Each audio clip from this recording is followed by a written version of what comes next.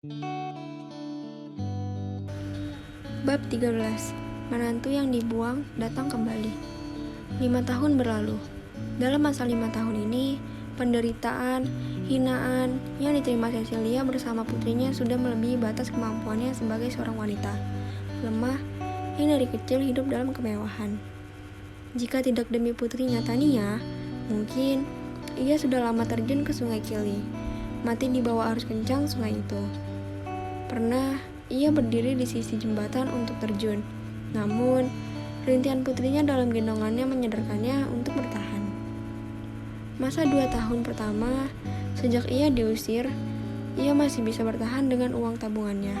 Namun, sejak tahun ketiga dan selanjutnya, ia merasa sudah tidak sanggup. Hingga akhirnya, ia memohon bantuan ayah dan paman ketiganya untuk membolehkan ia bekerja di perusahaannya sebagai manajer kecil. Yang tidak penting dengan pendapatan yang memadai, ia berhemat. Walau banyak para tuan muda merayunya, namun semua ditolak dengan halus. Alasannya selalu, aku sudah memiliki suami yang akan kembali dan putri yang selalu menanyakan kapan ayahnya kembali. Semua ia lakukan bukan untuk kesetiaan terhadap Frankly, namun karena ia tidak memiliki perasaan itu sebelumnya. Namun, bagi ia, para tuan muda itu hanya ingin bermain atau balas dendam pada dirinya, di mana dulu pernah menolak mereka. Namun, alasan putrinya sering bertanya kapan ayahnya kembali, itu bukan salah satu kebohongan. Sejak putrinya sebulan yang lalu masuk TK, pertanyaan itu sering dilontarkan oleh putrinya. Putrinya pun berkata, apakah benar Tania anak haram tidak memiliki ayah? Mendengar pertanyaan ini, hati Cecilia terasa sakit. Namun, ia tetap tersenyum. Ia pun berkata, Tania punya ayah kok, nanti juga akan pulang. Jadi, Tania bukan anak haram. Seperti hari ini, putrinya kembali bertanya saat mereka berdua sedang menyantap mie di meja makan. Bu, lusa tepat 5 tahun ayah pergi. Yang berarti ayah akan kembali segera. Tanpa menunggu Cecilia menjawab, putrinya lanjut bertanya, lusa kan libur, Tania mau ke bandara menunggu ayah di sana. Cecilia tidak bisa menjawab selain tersenyum dan mengangguk tanda setuju. Memang lusa tepat di mana Frankly meninggalkannya. Karena tidak ada perasaan apa-apa terhadap Frankly, maka Cecilia tidak pernah menunggunya atau mengharapkannya untuk kembali. Namun, jika ia menatap putrinya yang penuh harapan bahwa ayahnya akan kembali, walau sedikit di hatinya mengharapkan Frankly kembali dan memberikan kebahagiaan untuk putrinya. Jauh di utara, perang sudah usai. Negara menang, bahkan menambah wilayah jauh ke negara tangga yang menyerang. Semua berkat satu orang, yang dijuluki manusia dewa. Satu-satunya jenderal berbintang 5 di pundaknya. Dengan setengah dari baju militernya dipenuhi bintang tanda jasa kelas 1. Di bawah manusia dewa ini ada 17 dewa perang yang menjadi muridnya dan selalu mendampinginya dalam pertempuran. Sama dengan dirinya, 17 orang ini memiliki bintang di pundaknya. Hanya berbeda jumlahnya 3 bintang mayor jenderal. Dengan banyak pula medali di baju militernya, namun tidak sebanyak sang guru, yaitu manusia dewa. Siapakah si manusia dewa ini? Ia adalah menantu yang tidak diterima, yaitu Frankly. Sejak perang usai, maka pemerintah memutuskan untuk mengirim kembali para pahlawan ke tempat masing-masing, namun tidak untuk sang dewa dan muridnya. Khusus untuk para murid mereka tetap harus bertugas di daerah yang ditunjuk sebagai pelindung provinsi itu. Secara formal, karena sebagai pelindung, maka para dewa perang dipublikasikan. Tadi, rencana awalnya, identitas sang dewa pun akan dipublikasikan. Namun, melihat berapa banyak musuh dari luar dan dalam negeri yang ingin membunuhnya, maka pemerintah menutup identitas sang dewa yang cukup diketahui oleh segelintir orang saja. Setelah publikasi tersebut, maka para pahlawan dilepas secara militer untuk melaksanakan tugas selanjutnya di 17 provinsi. Mereka dikirim dengan pesawat khusus militer.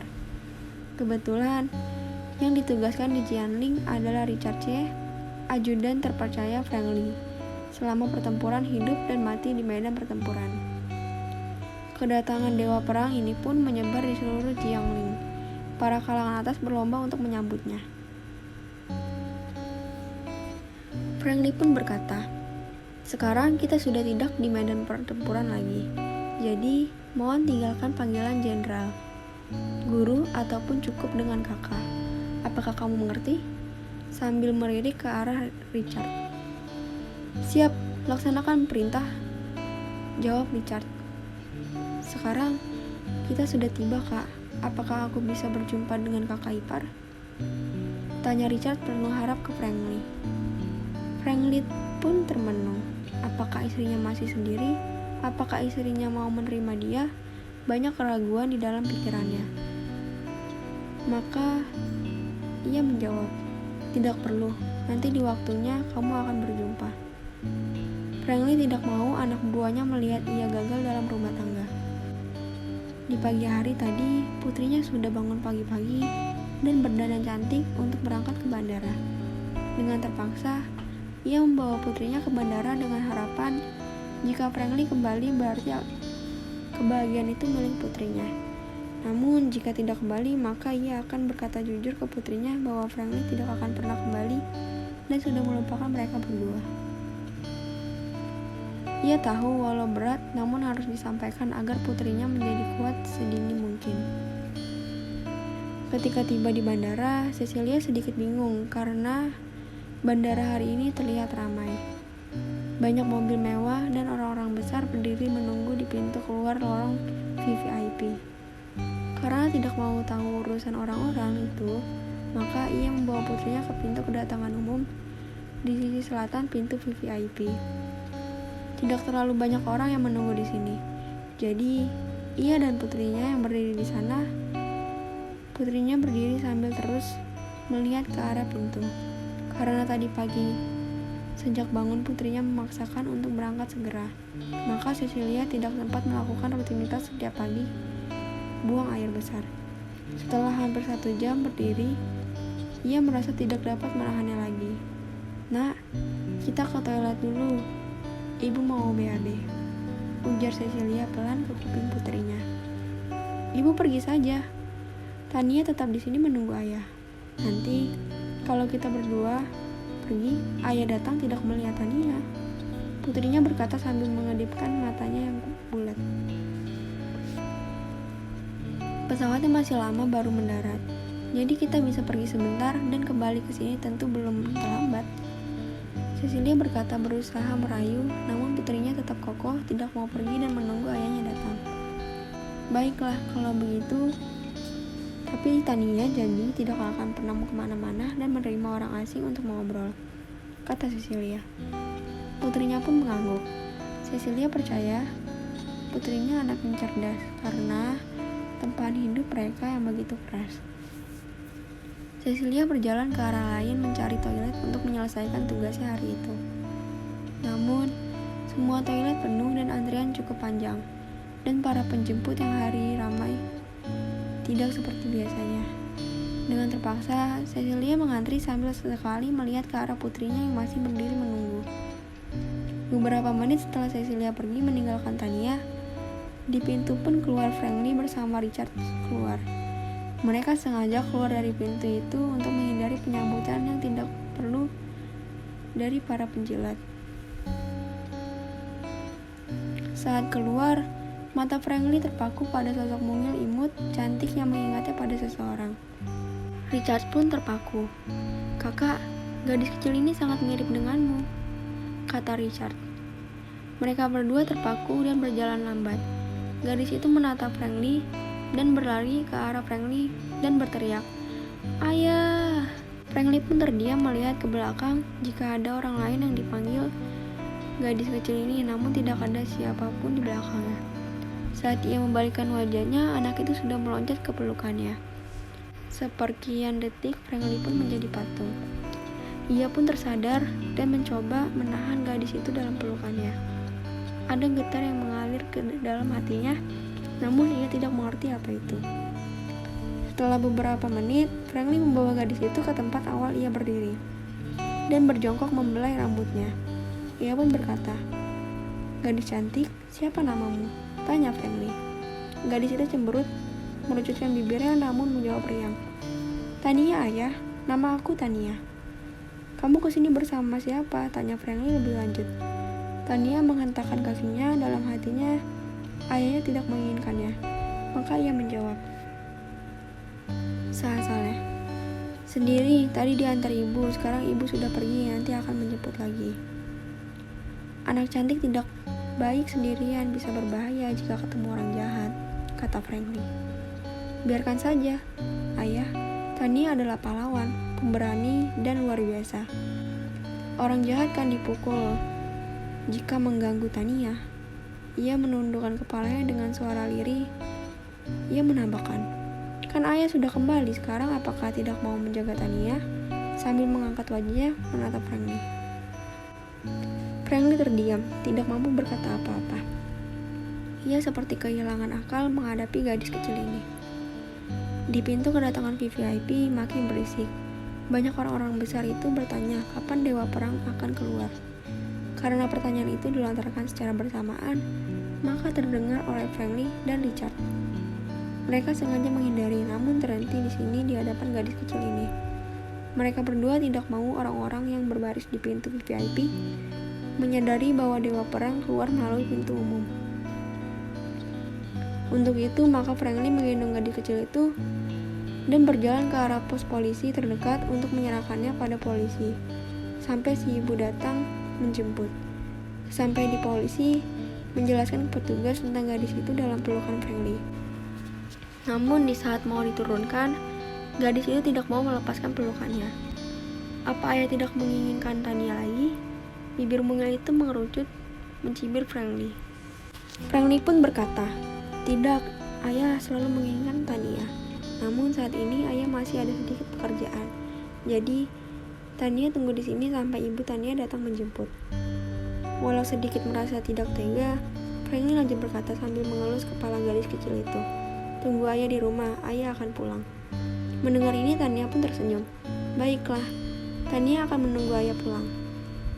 Setelah meninggalkan kata-kata, dan Richard memberikan kontaknya ke polisi tersebut, jika sampai waktunya belum ada yang datang menjemput, maka ia akan mengambil anak ini. Franklin pun berjalan ke arah taksi bersama Richard. Hanya berselang beberapa menit, Cecilia datang tergesa-gesa ke pos polisi untuk melaporkan anaknya yang hilang. Begitu memasuki laporan, ia melihat anaknya sedang duduk tertawa bersama petugas polisi di pos itu. "Tania, apa yang kamu lakukan di sini?" teriak Cecilia. Ia sudah berkeliling mencari namun tidak dapat menemukan putrinya. Pikirannya jauh pada saat itu. Setelah melihat putrinya di pos polisi tersebut, ia bernafas lega walau sedikit kesal. Setelah mendapatkan keterangan dari petugas polisi, ia membawa Tania ke tempat mereka berdiri. Namun Tania menolaknya dan mengajak ibunya pulang. Tania sudah bertemu ayah tadi, dan ayah berjanji untuk datang ke rumah setelah pekerjaannya selesai. Cecilia melirik putrinya, bingung apa yang dimaksud oleh putrinya. Namun mendengar perkataan itu, dia oke-okein saja untuk pulang karena juga sudah bosan berada di bandara, dan untuk apa membuang waktu untuk menunggu seseorang yang tidak tahu apakah masih hidup atau sudah mati. Dengan menumpang taksi, ibu dan anak itu pulang. Di sepanjang perjalanan, Tania bercerita tentang ayahnya dengan riang gembira. Cecilia diam karena tidak mengerti kenapa putrinya bisa mengatakan semua itu. Setibanya di rumah, pintu rumah sudah terbuka. Ia berpikir mungkin Rianti datang berkunjung, jadi ia berjalan perlahan. Bab 14. Pertemuan. Ketika tiba di depan pintu, ia melihat ibu dan ayahnya sedang mengobrol di ruang tamu kecil miliknya. "Ayah, ibu, kapan datang?" Tanya Cecilia dengan senang. Karena sudah bertahun-tahun ayah dan ibunya tidak pernah datang menjenguk ia dan putrinya. Ayahnya tersenyum melihat putri dan cucunya. Berbeda dengan Rose, ia masih kelihatan marah kepada Cecilia. Rose pun berkata, "Kami datang ke sini hanya menyampaikan pesan nenekmu." Setelah itu Rose menatap Cecilia melanjutkan, "Kamu harus berdandan sekarang. Ini karena Tuan Aldo Chu mau berkunjung." Keluarga Chun adalah keluarga besar kelas 2. Keluarga ini di atas keluarga Chu, dan dengan mudah menginjak-injak keluarga Chu.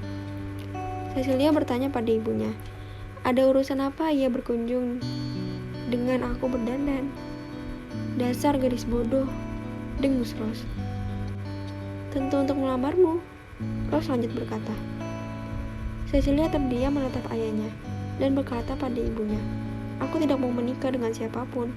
Aku sudah memiliki suami, ayah dari putriku," jawab Cecilia dengan lantang. Mendengar ini amarah Rose mulai meninggi. "Apa yang kau bilang?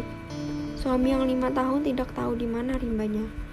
Suami tidak berguna, suami pemimpi," lanjut Rose berteriak. "Suamimu, ayah, anak haram ini sudah mati." "Ibu!" Cecilia berteriak sambil memeluk putrinya. Namun Tania mendengar semuanya. Gadis kecil ini anak cerdas, ia berkata.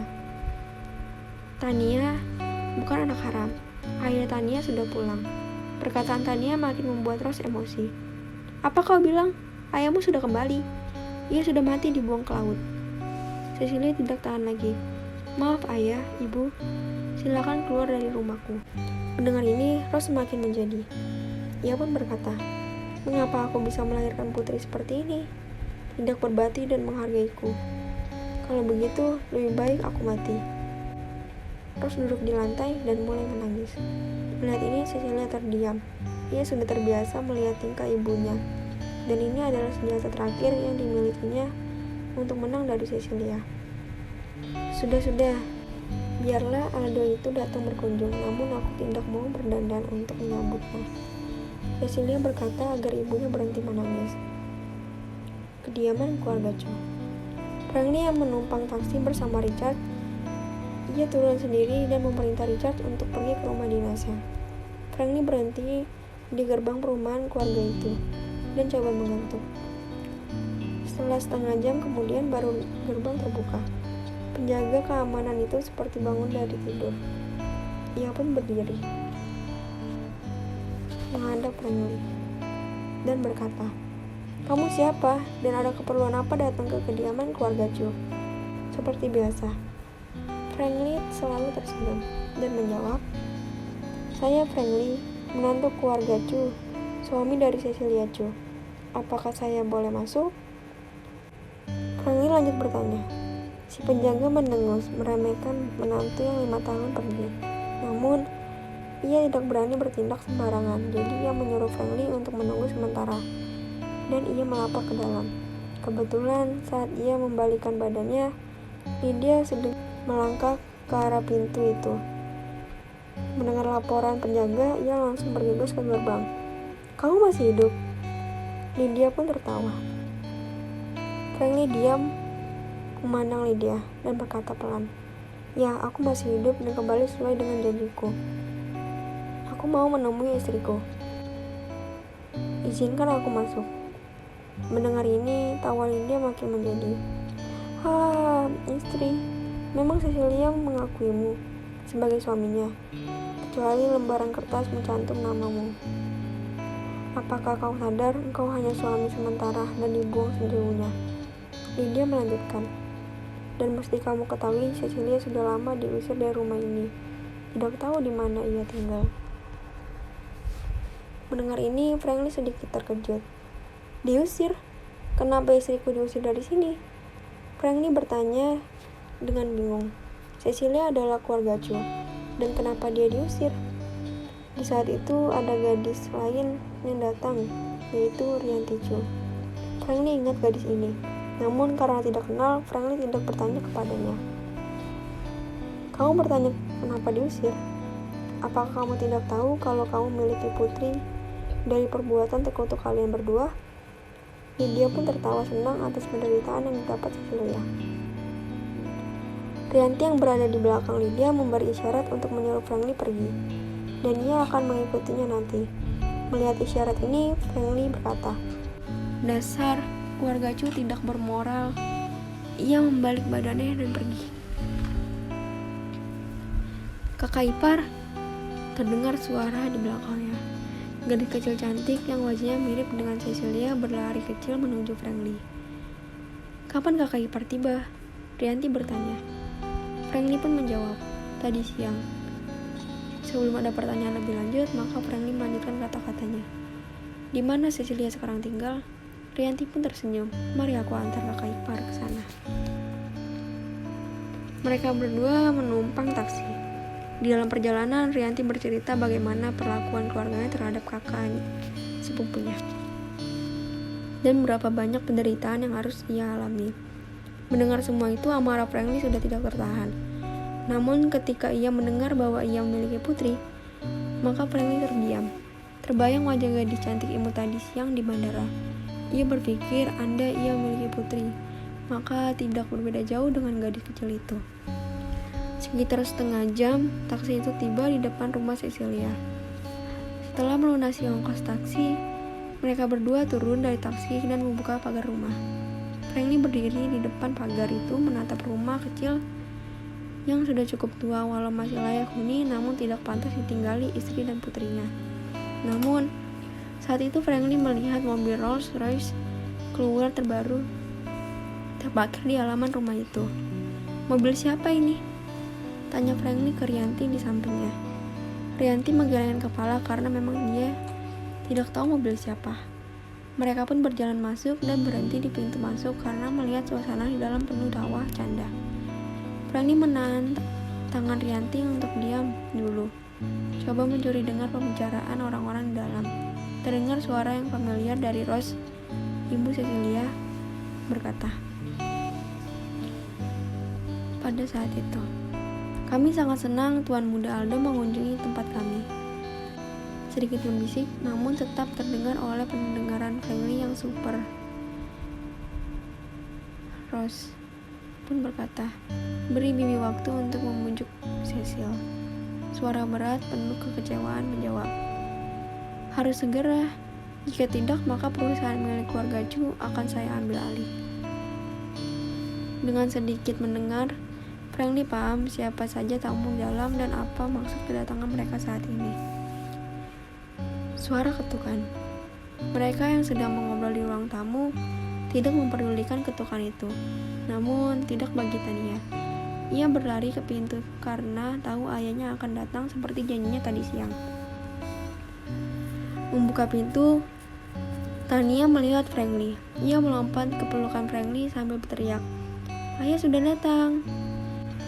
Belum selesai dimelanjutkan, ayah seorang laki-laki yang memegang janjinya. Ibu tidak percaya ayah akan datang. Celoteh Tania tanpa berhenti. Ini Franklin bingung. Melirik ke Rianti mengharapkan petunjuk darinya. Rianti pun tersenyum. "Kakak ipar, ini Tania putrimu." Mendengar penjelasan Rianti, Franklin pun tertawa sambil mencium putrinya. "Aku punya putri." Rianti bingung kenapa Tania mengenali Franklin sebagai ayahnya dan kata-kata itu, "Ayah menepati janji," dan seterusnya.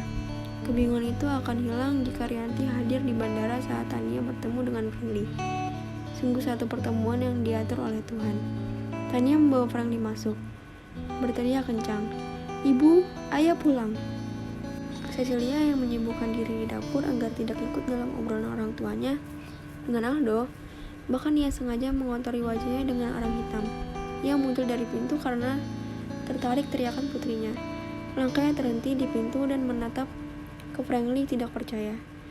"Laki-laki ini menepati janjinya," bisik hatinya. Sedikit kekaguman hadir di relung hatinya. Rose pun berdiri dan berkata, "Laki-laki sampah, kamu datang kembali, bagaimana? Apakah kamu sudah sukses?" Pertanyaan ini adalah pertanyaan yang meremehkan, karena menilai pakaian yang digunakan Franklin tidak berubah. lusuh, dan tidak berkelas. "Ibu, saya kembali," jawab Franklin. Mendengar ini, Rose pun berteriak, "Siapa ibumu? Aku tidak mengenal kamu, dasar sampah. Kamu dulu berjanji akan kembali dalam waktu 5 tahun dengan kesuksesan. Melihat penampilanmu, tidak ada yang berubah dari sejak engkau pergi." Rose melanjutkan, "Cecilia akan segera menikah dengan Tuan Aldo Chun dari keluarga kaya. Jadi aku minta besok kamu dan Cecil bercerai dan mengurusnya ke pencatatan sipil." Mendengar celoteh Rose, Aldo pun berdiri. "Ini suami di atas kertas Cecilia. Berjanji dalam 5 tahun akan mana statusnya agar bisa layak di sisi Cecilia."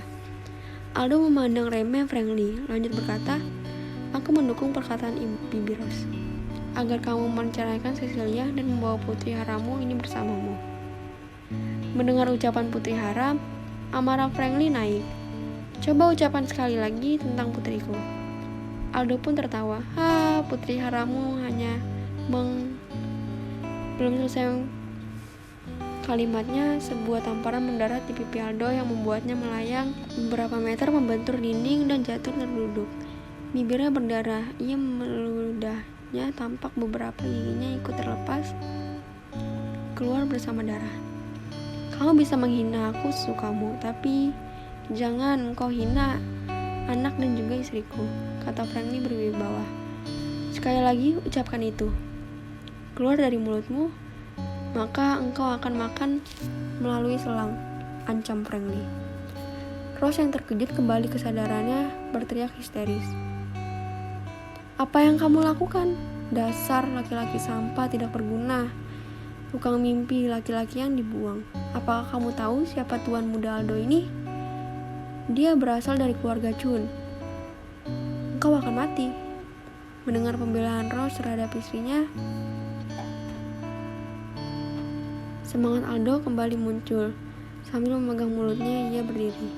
"Kamu tunggu, aku akan membalas penghinaan ini," ucap Aldo sambil berjalan keluar menuju mobilnya dan pergi. Cecilia masih berdiri mematung mendengar kata-kata Franklin dan pembelaannya terhadap dirinya dan Tania. Ia merasa tersentuh. Rose coba mengejar Aldo, namun Aldo tidak peduli, lalu pergi secepatnya. Rose berjalan masuk kembali. "Aku tidak mau terlibat dengan urusan ini. Kamu bersiaplah untuk mati," supaya Cecilia tidak sibuk membuat surat cerai lagi. Dengan akhir kata itu, Rose menarik Jimmy dan berjalan keluar pulang. Rianti masih berdiri, diam, dan ia tahu diri. Pertemuan keluarga ini yang tidak pernah disangka-sangka butuh waktu untuk mereka mengobrol. Maka ia pun berlari menyusul Rose dan paman keduanya. Franklin masih berdiri memeluk Tania, dan ia pun berkata dengan nada rendah, "Aku kembali memenuhi janjiku 5 tahun lalu." Cecilia tersentak sadar. Oh, hanya itu ucapan yang terdengar dari bibir merahnya. Franklin sadar diri bahwa wanita yang sekarang menjadi istrinya bukanlah wanita yang mencintainya. Pernikahan ini terjadi karena satu malam terkutuk 5 tahun lalu. Jika ia hanya mengalihkan kecanggungannya ke putrinya yang masih menempel seperti kolak di pelukannya, seperti ia tidak mau melepas pelukan itu, takut ayahnya pergi lagi. Malam itu berakhir dengan tidurnya Tania di pelukannya. Setelah meletakkannya di kamar Cecilia, ia keluar menuju ruang tamu dan beristirahat di sana.